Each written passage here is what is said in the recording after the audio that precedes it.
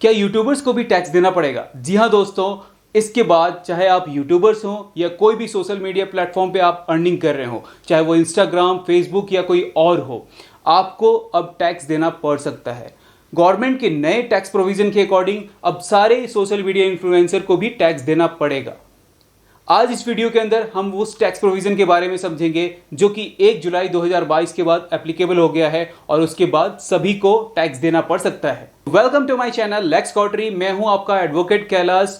आज के लीगल ज्ञान में इनकम टैक्स डिपार्टमेंट ने इसे टीडीएस चैप्टर के अकॉर्डिंग इंट्रोड्यूस किया गया है। अगर हम टीडीएस का मतलब समझते हैं तो टीडीएस मींस हुआ टैक्स डिडक्टेड एट सोर्सेज, मतलब जब कभी भी ट्रांजैक्शन होगा एट द सेम टाइम इसे डिडक्ट कर लिया जाएगा। तो रेट ऑफ टैक्स क्या होगा? 10% का, जिसके अकॉर्डिंग मान लीजिए 1 लाख का ट्रांजैक्शन होता है, उसके ऊपर 10% मतलब 10,000 का आपका टैक्स डिडक्ट कर लिया जाएगा। इसमें बात आती है जो आपको जमा करना पड़ेगा या वो कंपनी जो कि आपको पैसे दे रही है उन्हें जमा करना पड़ेगा। इसके लिए अगर मान लीजिए ट्रांजैक्शन हो रहा है तो 2 पार्टियों के बीच में ट्रांजैक्शन हो रहा होगा, तो फर्स्ट पार्टी जो कि आपको पैसा दे रहा है उसे हम कहेंगे डिडक्टर और जो पैसा रिसीव कर रहा है उसे हम कहेंगे डिडक्टी। तो इनकम टैक्स डिपार्टमेंट के अकॉर्डिंग और इनकम टैक्स के प्रोविजन के अकॉर्डिंग दोनों लायबल हैं इस टैक्स को पेमेंट करने के लिए, लेकिन फर्स्ट लायबिलिटी होती है डिडक्टर की, क्योंकि डिडक्टर जब भी कभी आपको पेमेंट कर रहा है तो डिडक्टर के पास वो सारे एक्नॉलेजमेंट होते हैं और उसे पता होता है कि ये पेमेंट हम इस पर्सन को कर रहे हैं, तो एट द सेम टाइम वो उसमें से टैक्स डिडक्ट करके गवर्नमेंट को डिपॉजिट कर देता है। तो फर्स्ट रिस्पॉन्सिबिलिटी किसकी होगी? डिडक्टर की। लेकिन अगर मान लीजिए डिडक्टर वहां पे पेमेंट नहीं करता है तो आपके ऊपर भी रिस्पॉन्सिबिलिटी है जो आपको ये टैक्स पेमेंट करना है। तो हमने ये समझ लिया कि ये कब से एप्लीकेबल है? 1 जुलाई से ये एप्लीकेबल हो जाएगा, 1 जुलाई 2022 से। उसके बाद इस पे जो रेट ऑफ टैक्स लगेगा वो 10% का, किसके अकॉर्डिंग? टीडीएस के अकॉर्डिंग। टीडीएस के अकॉर्डिंग इस पे 10% का टैक्स जनरेट किया जाएगा। अब यहाँ पे जो पार्टी है किसके ऊपर लायबिलिटी है? तो डिडक्टर के ऊपर लायबिलिटी होगी जो वो टैक्स को डिडक्ट करे और उसे गवर्नमेंट के सामने जमा करे। लेकिन अगर डिडक्टर जमा नहीं करता है तो वहां पे डिडक्टी की लायबिलिटी बनती है जो वो इस टैक्स को डिपॉजिट कराए गवर्नमेंट के सामने। तो अब हम ये समझते हैं जो वो कौन से ऐसे बेनिफिट होंगे जिसके ऊपर ये टैक्स एप्लीकेबल होगा और टैक्स चार्ज किया जाएगा। मतलब कोई गिफ्ट आइटम रिसीव हो रहा है आपको या कोई कैश में ट्रांजैक्शन हो रहा है, क्या ये दोनों पे एप्लीकेबल होगा? जी हाँ दोस्तों, ये आपका मॉनेटरी एंड नॉन मॉनेटरी दोनों पे एप्लीकेबल होगा। या आपको कोई कैश में पेमेंट कर रहा है या किसी काइंड में, मतलब कोई गिफ्ट भी प्रोवाइड कर रहा है, उसके ऊपर भी इसे टीडीएस चार्ज करना होगा। गवर्नमेंट की नजरों में ये दोनों चीज आ चुका है। या आपको कोई मोबाइल गिफ्ट कर रहा हो, भी कोई भी इलेक्ट्रॉनिक आइटम आपको गिफ्ट किया जा रहा है, उन सारी चीजों पे कोई भी बेनिफिट आप जो रिसीव कर रहे हो उसके ऊपर टैक्स डिडक्ट किया जाएगा।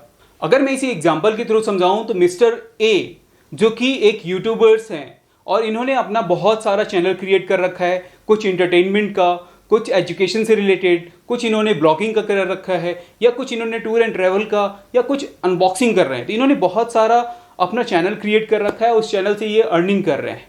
तो मिस्टर ए को एक XYZ कंपनी से एक मोबाइल रिसीव होता है अनबॉक्सिंग करने के लिए, और अनबॉक्सिंग में वो जो मोबाइल है उसकी जो फेयर मार्केट वैल्यू है या परचेज वैल्यू है वो है 1 लाख रुपीज़ की। जब उन्हें रिसीव हुआ वो मोबाइल तो उन्होंने देखा क्या जो ये मुझे एज अ गिफ्ट रिसीव हुआ है, मतलब कंपनी कह रही है क्या जो आप इस मोबाइल की अनबॉक्सिंग करो, साथ में ये मोबाइल भी आप अपने पास रख लेना।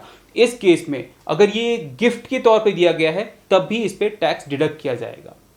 अब ये तो हो गया फर्स्ट कंडीशन, जो इन पे मोबाइल रिसीव हुआ और उस पर टीडीएस जनरेट किया जाएगा। लेकिन ये टीडीएस कैसे जनरेट होगा इसके ऊपर? इसका तो कोई वैल्यू पता नहीं चल रहा है उन्हें।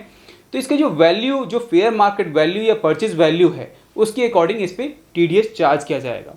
अब दूसरा कंडीशन आता है जो इन्होंने ये मोबाइल XYZ कंपनी ने इन्हें एक मोबाइल दिया अनबॉक्सिंग करने के लिए और ये मोबाइल इन्होंने रिटर्न कर दिया कंपनी को। ये हो गया दूसरा कंडीशन। और इस अनबॉक्सिंग के लिए कंपनी XYZ ने मिस्टर ए को 50,000 का एक स्पॉन्सरशिप अमाउंट दिया, तो इसके ऊपर भी टैक्स डिडक्ट किया जाएगा, वो भी 10% से। मतलब 50,000 के ऊपर इन्हें टैक्स डिडक्ट कर लिया जाएगा। अगर ये मोबाइल रिटर्न कर देते हैं तो मोबाइल के ऊपर तो टैक्स डिडक्ट नहीं होगा, बट जो भी स्पॉन्सरशिप का इन्हें अमाउंट रिसीव हुआ उस पर टैक्स डिडक्ट किया जाएगा। तो इसी तरह से मान लीजिए ये तो एक मोबाइल की कहानी होगी अनबॉक्सिंग करने की, लेकिन मिस्टर ए जिस किसी भी कंपनी से किसी भी तरह का बेनिफिट या गिफ्ट रिसीव करेंगे या उनके मैरिज पे भी अगर कोई गिफ्ट, कोई कंपनी ला करके कोई गिफ्ट उन्हें प्रोवाइड करती है तो उसके ऊपर भी टीडीएस डिडक्ट किया जाएगा। साथ में गवर्नमेंट ने यह भी कहा है जो अगर मान लेते हैं यहां पे ना तो मोबाइल दिया ना तो कंपनी वालों ने इन्हें पैसा दिया, अब दोनों कंडीशन में इन्होंने कुछ भी नहीं दिया, लेकिन साइट से उन्होंने एक हॉलीडे वाउचर उन्हें भिजवा दिया, जो आपका 5 डे 6 नाइट का ये हॉलीडे वाउचर है, जो कि आप अगर अनबॉक्सिंग करोगे तो आप घूम के आ सकते हो। तो इस हॉलीडे पैकेज की जो वैल्यू होगी उसके ऊपर भी टैक्स डिडक्ट किया जाएगा, टीडीएस डिडक्ट किया जाएगा। तो गवर्नमेंट ने यहां तक भी सोच रखा है और इस पे भी अपना टैक्स चार्ज करेगी। वो कहने का मतलब ये है, जो आपके ऊपर टैक्स एप्लीकेबल होगा और जो भी बेनिफिट आपको रिसीव होगा, चाहे वो कैश में हो या काइंड में हो, आपके ऊपर ये टीडीएस चार्ज किया जाएगा। बाकी ये वीडियो आपको कैसा लगा? अगर ये वीडियो आपको पसंद आया तो इसे लाइक करना, शेयर करना, सब्सक्राइब करना। अगर आपको लगता है जो ये आपके लाइक है तो दूसरे यूट्यूबर्स को भी भेजना और दूसरे जो भी सोशल मीडिया इन्फ्लुएंसर हैं उनको भी शेयर करना, ताकि वो भी इस चीज़ को समझ पाएँ और वो भी अपनी पेनल्टी या जो भी टैक्स प्रोविज़न है उससे बच पाएँ। Thank you so much. जय हिंद, जय भारत।